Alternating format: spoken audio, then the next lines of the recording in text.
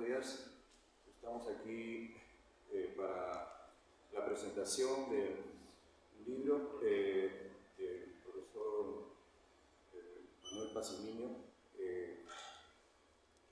siguiendo pues con la programación del Congreso Nacional de Filosofía, titulado Augusto Salazar I. En esta oportunidad tenemos la presencia, ¿no?, del profesor Daniel Loaiza Herrera, de la Universidad Nacional Federico Villarreal, del profesor Héctor Flores Iberico, de la Universidad Nacional Mayor de San Marcos, que van a desarrollar pues, ¿no?, dicha presentación, haciendo un análisis con respecto a este importante libro titulado ¿Qué es el Perú? Ensayos de filosofía aplicada a la realidad de un país sudamericano. Se tratarán temas interesantes, ¿no?, como por ejemplo aspectos que tienen que ver con la ontología, ¿no?, el ser peruano, la contradicción, ¿no?, entre la creación de riqueza y la exclusión, ¿no?, o la existencia de la pobreza, por ejemplo, en nuestro país, y las consecuencias de análisis del acontecimiento que fue la pandemia del COVID, ¿no?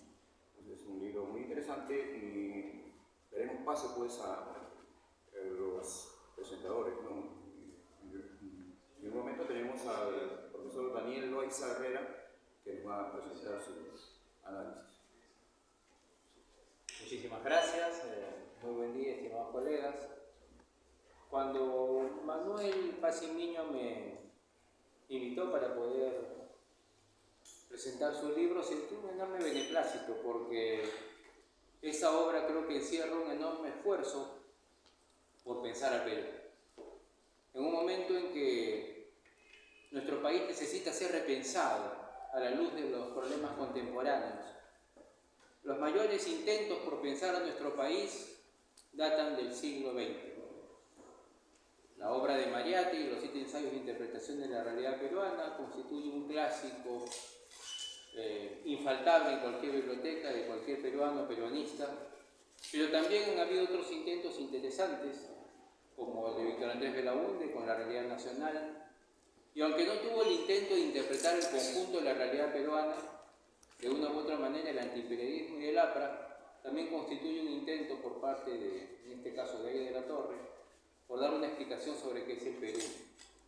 Y de manera más cercana, desde el pensamiento liberal de Hernando de Soto, como el otro sendero, también se intenta responder qué es el Perú a la luz del inicio de los años 80, tomando en consideración el fenómeno de la informalidad. Sin embargo, en el siglo XXI, y a pesar de la gran cantidad de producción bibliográfica que hemos tenido en los últimos años, no hemos asistido a un intento integral por responder qué es el Perú. Y en ese sentido, Manuel Pacimiño acomete una tarea que podría ser desafiante para cualquier intelectual peruano. Este libro se divide fundamentalmente en 4 partes. La primera, que tiene que ver con nuestra herencia histórica. La segunda, referida a los desafíos que nos ha planteado la COVID-19. La tercera, que tiene que ver con los problemas aún pendientes de solución en el Perú de hoy. Y la cuarta, una especie de perspectiva sobre cómo deberíamos enfrentar el futuro inmediato. Pues bien, debemos decir al respecto lo siguiente.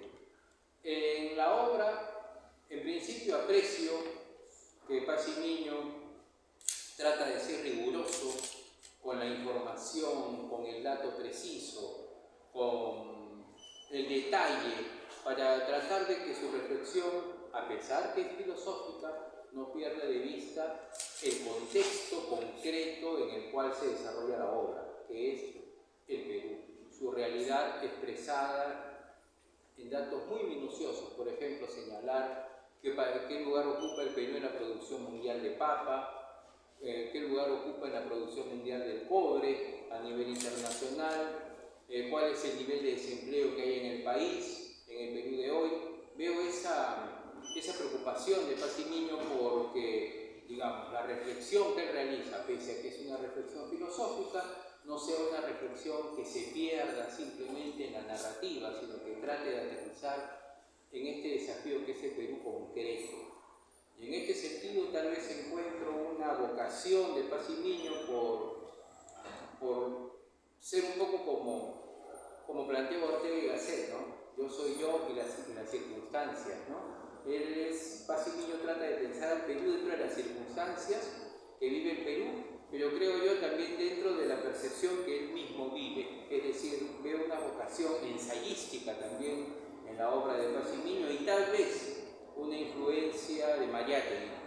Y lo digo porque el recorrido que hace cuando se refiere a la historia del Perú es un recorrido que me hace recordar mucho, sobre todo a los 2 o 3 primeros ensayos de la obra de Mariátegui, ¿no? Donde trata sobre la evolución del Perú, sobre el problema del indio, sobre el problema de la tierra, ¿no? Y aunque estos problemas tal vez no sean los mismos los del siglo XXI, pues Pacimiño parte de esta concepción de cómo entender el Perú.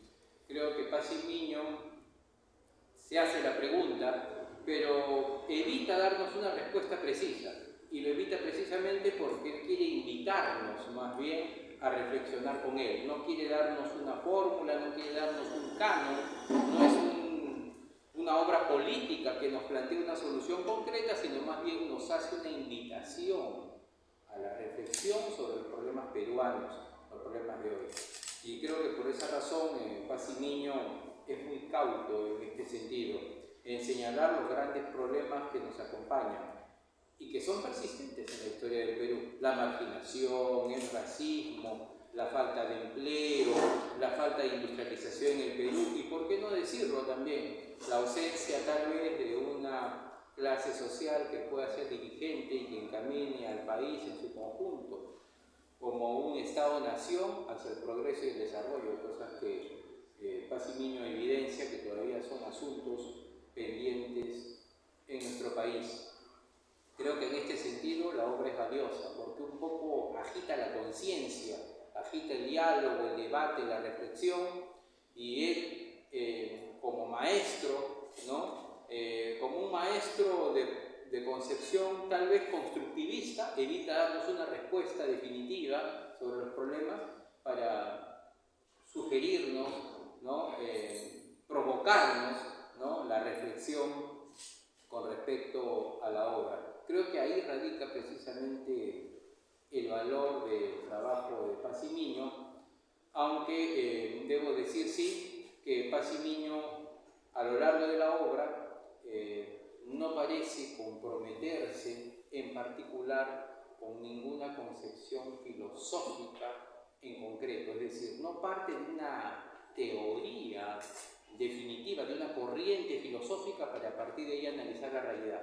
Me parece que su acercamiento es un poco más fenomenológico, en el sentido de que él pretende partir de la realidad concreta para luego arribar a una reflexión, no tratar de encasillarse tal vez en una corriente preestablecida para desde ahí intentar mirar al Perú, ¿no? Sino más bien tratar de mirar al Perú desde el hecho para a partir de ahí ver cómo emerge. Y en este sentido me hace recordar nuevamente a Mariátegui, cuando Mariátegui dice, bueno, el socialismo debe construirse en el Perú sin calco ni copia, ¿no? Sino como creación heroica, es decir, no debemos, digamos, sentirnos atornillados necesariamente a una concepción, a una teoría, para tratar de que la realidad se encaje en dicha teoría, sino más bien tratar de entender la realidad, cómo evoluciona, cómo cambia, se transforma y permanece, para a partir de ahí encontrar los caminos, el derrotero que nos permita dar una respuesta a esa gran pregunta todavía pendiente, que es ¿qué es el Perú?, ¿no? Y para la cual Pacimiño no nos da una respuesta, pero para invitarnos a pensar precisamente. Gracias.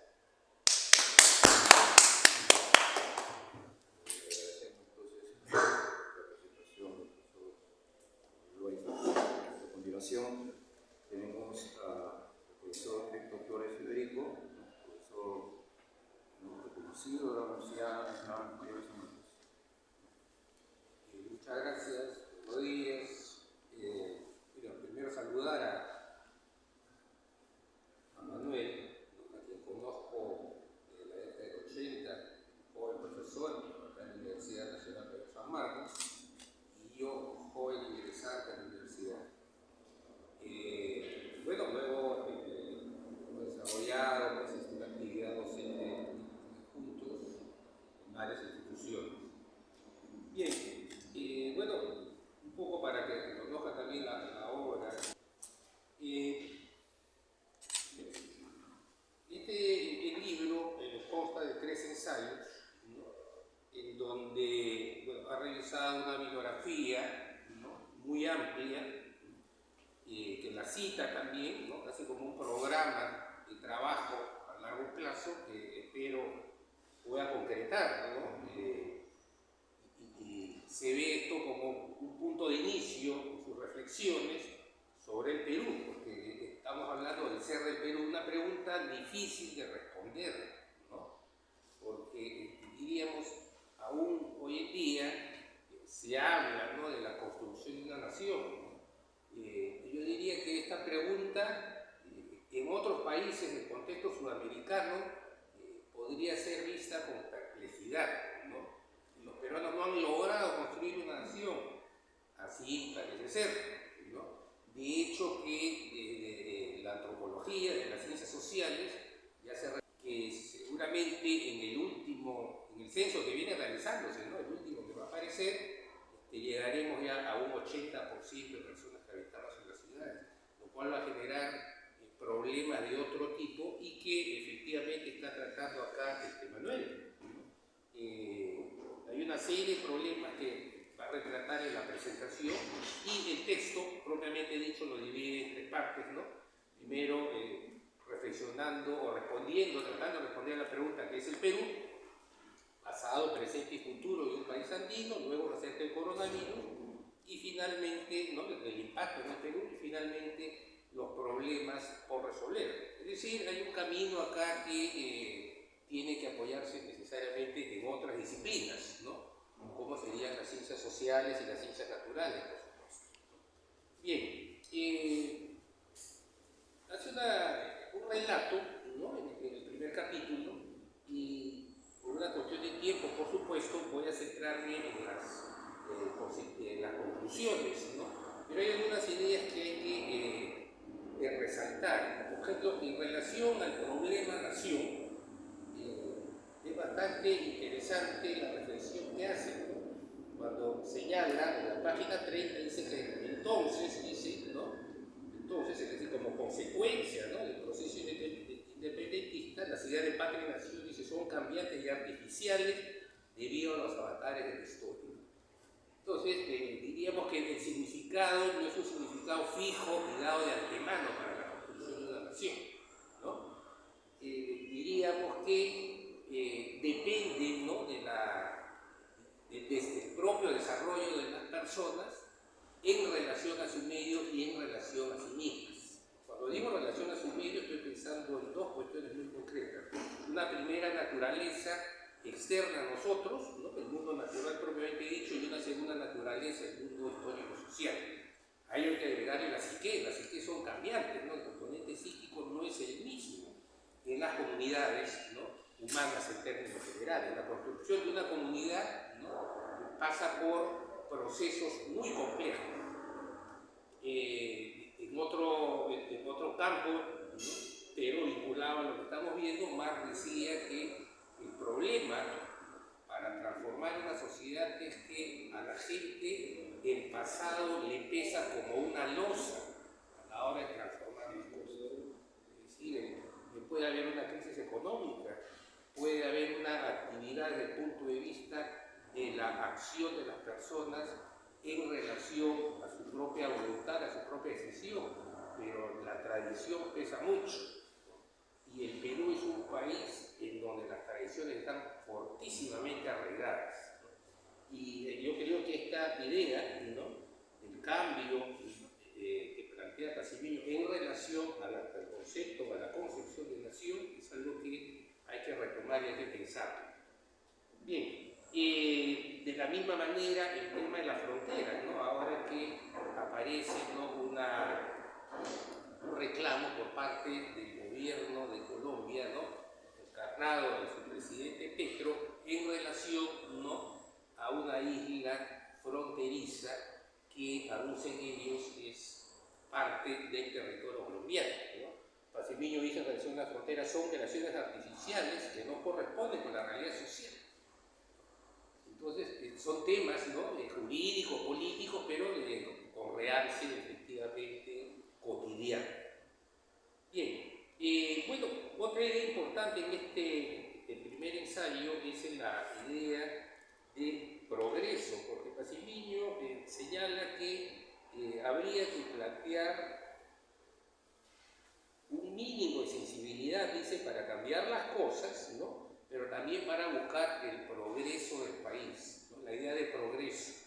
La idea de progreso es una idea que surge en la Revolución Francesa, en momentos previos a la Revolución Francesa. El texto más conocido al respecto es el de Condorcet, cuando describe los esbozos de los progresos del espíritu humano, es decir, la sociedad, esa etapa previa al positivismo, en donde las sociedades van mejorando, no solo social, política, económicamente, sino también moralmente.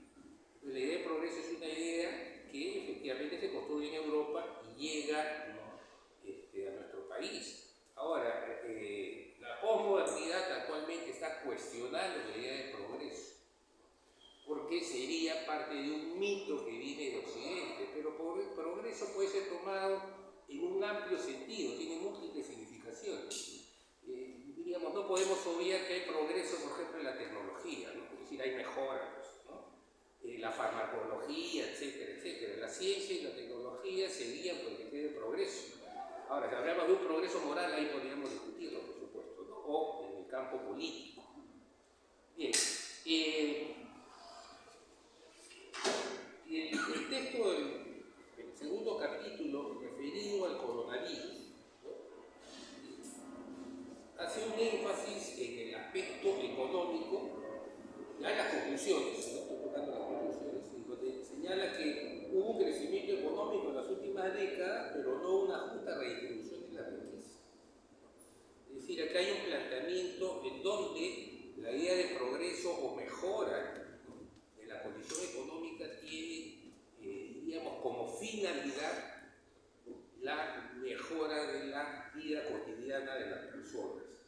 Ahora, en los criterios, diríamos, de una economía de libre mercado, eso no es una necesidad, pero en el Perú, cuando uno revisa la Constitución, no está definido el libre mercado, sino lo que allí se menciona es una economía social de mercado, en donde se incluye efectivamente, ¿no?, algunos productos que uno puede pensar, ¿no?, una economía social de mercado que adopta políticas redistributivas, ¿no?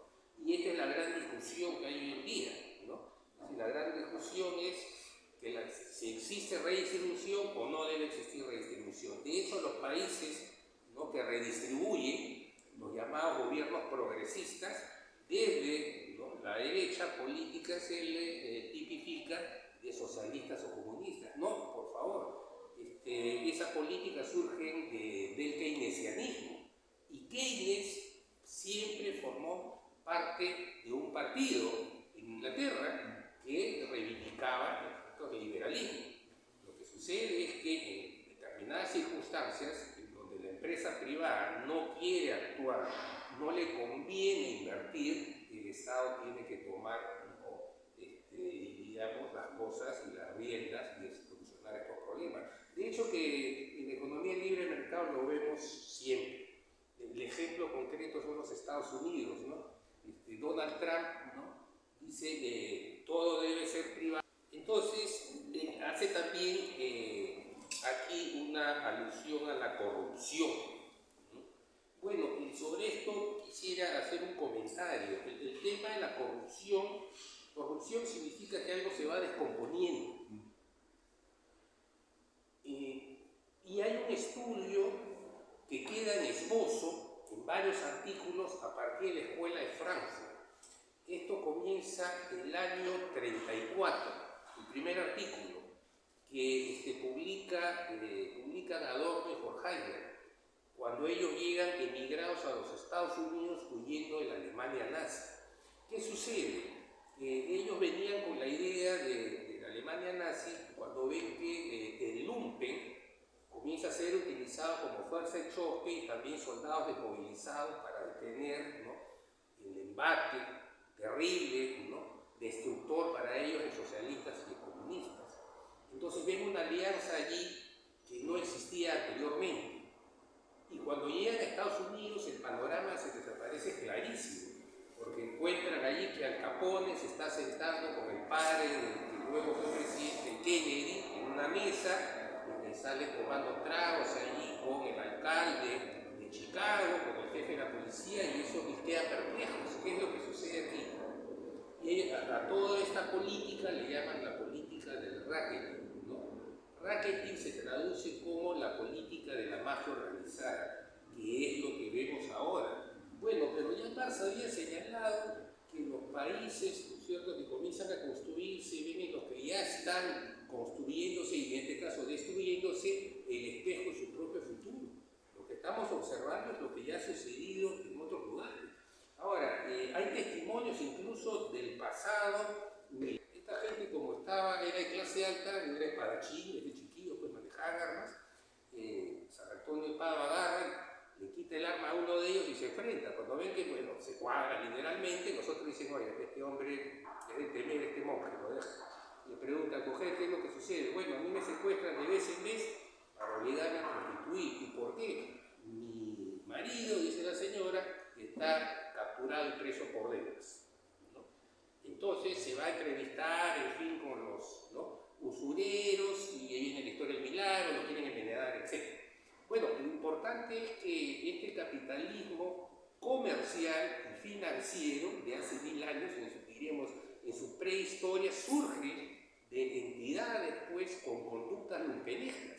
Luego va a haber la dos división, ¿no?, dentro de la historia del capital financiero, ¿no? Este lado que queda en la mafia permanentemente y este otro lado que se formaliza, ¿no?, que le va a quitar su casa a usted cuando lo dejan sin trabajo y no tiene para pagar, pero se apoya en la ley. No le interesa a usted que la señora esté enferma, que tenga los 4 hijos pequeños, ¿no es cierto? Bien, entonces yo diría que, porque hay una discusión, ¿no?, cuando se analiza el capitalismo, si es que cumplió efectivamente un papel progresivo o desde el comienzo tuvo estos elementos lumpenescos. Yo diría que van las dos cosas. Hay algo que no se puede negar en el desarrollo del capitalismo, ¿no?, desde el punto de vista de la mejora de las condiciones de vida, ¿no?, sobre todo en el aspecto tecnológico. Eso, diríamos, siendo cuidado, manejado y pensado en el interés de la colectividad, que efectivamente va a traer beneficios, ¿no? La anticiencia no es más que una conducta de desconocimiento de la razón y del conocimiento científico en términos generales. Bien, bueno, entonces quería comentar estos 2 capítulos, ¿no? Y por último, el tercer capítulo, hay un cuarto, ¿no?, pequeñito, sobre los pobres en un país rico como el Perú, ¿no?, aludiendo a las palabras del presidente Castillo, ¿no?, nunca más pobres en un país rico, ¿no?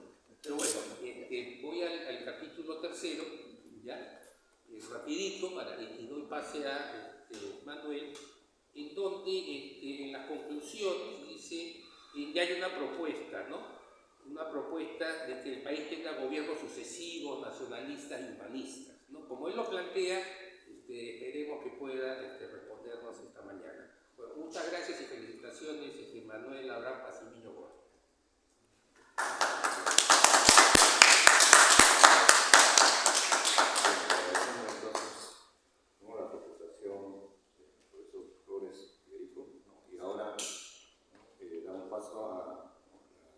Del autor de la obra, el doctor Magíster Abraham Pacimiño Costa.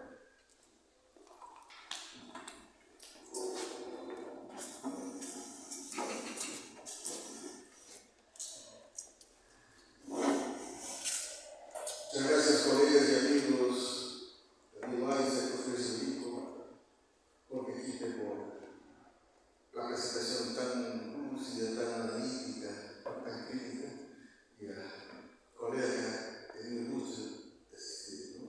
Y los que nos van a ver por las redes sociales. Efectivamente, este libro es solamente un inicio, es un intento, es producto de la casualidad. Como muchos de ustedes saben, fundé hace más de 30 años, 31 años, la revista Perú Filosofía Aplicada, donde tiene como propósito pues, analizar problemas del punto de vista filosófico, ¿no? Sobre todo de divulgación, ¿no? De estos problemas. Y publicamos varios artículos, me di cuenta que se podría juntar en un tema en común. Somos ciudadanos, personas que viven en Perú, y por lo tanto no podemos estar ajenos a los problemas que suceden a nuestro alrededor.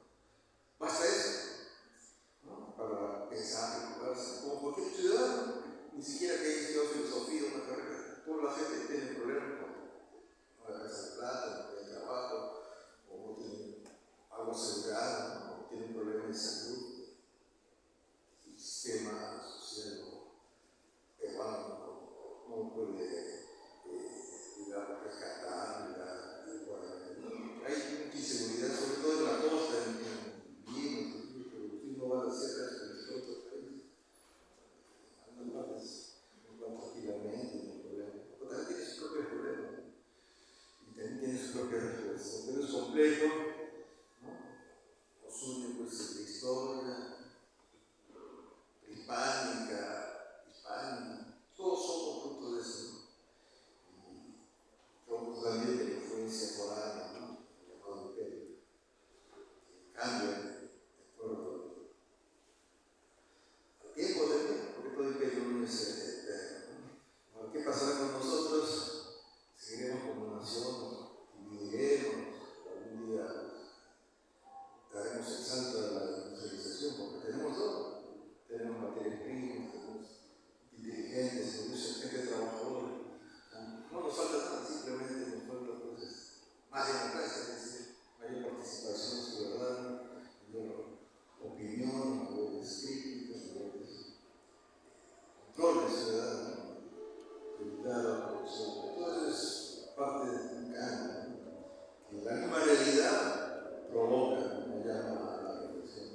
Entonces, los filósofos profesionales, aparte de que pueden ser un tema clásico de filosofía, un modo, también como ciudadanos, personas, hablan de